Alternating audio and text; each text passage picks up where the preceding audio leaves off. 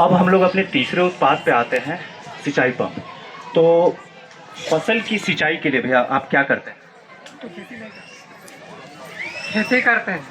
तो फसल की जो सिंचाई होती है, पटवन होती है, पानी होती है, उसको आप कैसे डालते हैं? क्या चीज़, कैसे पानी का आप उपयोग करते हैं? आजरा से डालते हैं।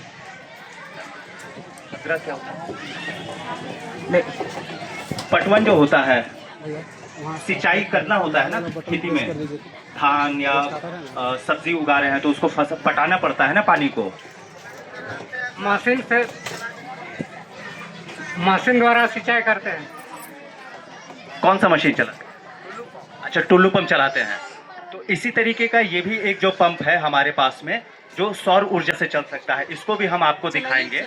ये ज़मीन के सतह की ऊपर की जो पानी होती है, जैसे तालाब हो गया, कुआं हो गया, कहीं नहर हो गया, तो ये आपको ज़मीन से ऊपर का जो पानी है वो आप आराम से सोलर पैनल के द्वारा वो चलेगा और उसको हम ज़मीन अपने खेत को पटवन कर सकते हैं। जब पंप की अगर हम बात करते हैं तो एक सबसे बड़ा चीज़ आता है कि वो काफ़ी भारी होता है कि किस तरीके से लेके जाएं, लेकिन जो टुल्लू पंप होता है इस तरीके से, ये आप यहाँ पे देख सकते हैं। ये पैनल एक दूर पे लगा हुआ है और इस तरीके से 0.34 HP का ये पंप है, जिससे देखिए ये पानी को दे रहा है। ये 1 घंटे में 6300 लीटर तक का पानी दे सकता है इसमें से। तो जो हमारे फसल है उसको हम पटा सकते हैं आराम से इस पे। और इसका सबसे बड़ा फ़ायदा क्या होता है कि ये इजी टू कैरी, मतलब अब हमें अगर एक जगह से दूसरी जगह को भी ले जाना है तो ये मशीन जो है बहुत छोटी है, इसको हम दिखाते हैं। दीदी इसको अगर आप एक जन को बुलाएंगे तो वो आपके साथ पैनल उठा के आपका खेत में ले जाएगा। पंप है इसका, आप इसका पंप को ले जाएंगे, बहुत ही हल्का है। आप देखिए कि हम भी उठा लिए, अंदर जाएगा पानी में तभी चलेगा। ये देखिए इसका पंप इतना छोटा है ना। तो हमारी जो किसान दीदियाँ हैं जो काम करती है वो भी इस पंप को उठा सकती है और अपने खेतों में लेके जा सकती है। आपको किसी अपने जेंट्स की वेट करने की भी जरूरत नहीं है। और आप लोग तो ले ही सकते हैं, आपका जो भी किसानी है, आपका जहाँ भी खेत है, आप इस पंप को लेके जा सकते हैं।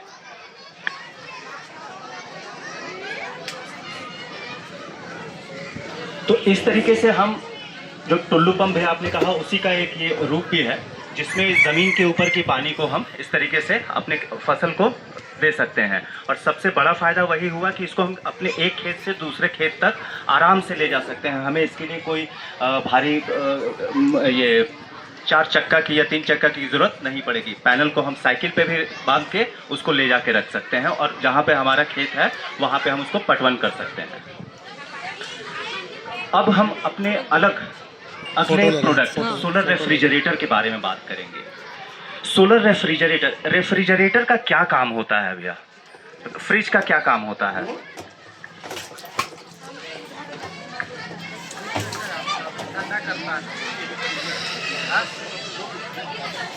सुनाई नहीं दे रहा भैया? ठंडा रहता है, फ्रेश रहता है, सब्जी फ्रेश रहता है। क्योंकि हमें जो भी चीज़ उगती है तो वो नष्ट भी होती है, लेकिन कितने दिन तक उसको हमको बचा के रखना है। तो जो फ्रिज का जो काम है वही है कि वो सही तापमान पे रखें तो वो लंबे समय तक चल सकता है।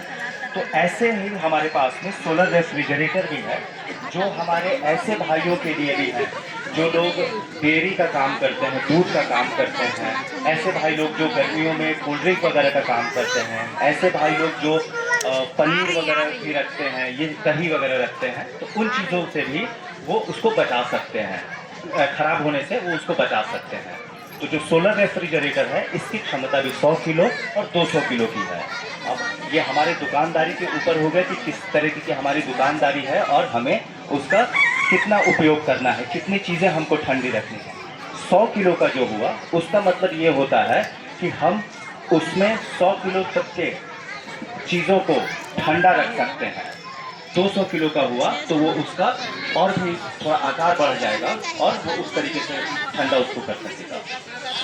इसमें आपको 2 पैनल इसमें लगे मिलते हैं, जो उन पैनल के द्वारा धूप की रोशनी से वो आपको एक और मशीन उसमें होगा जिससे वो AC और DC को बदलेगा और उससे फिर फ्रिज चलने लगेगा।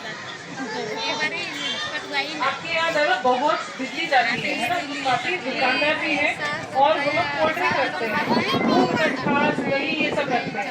काफी देर अगर आपका लाइट चले गया और आपका काफी धूप है तो आपका दूध दही सब खराब हो जाता है फ्रिज में रखने के बाद।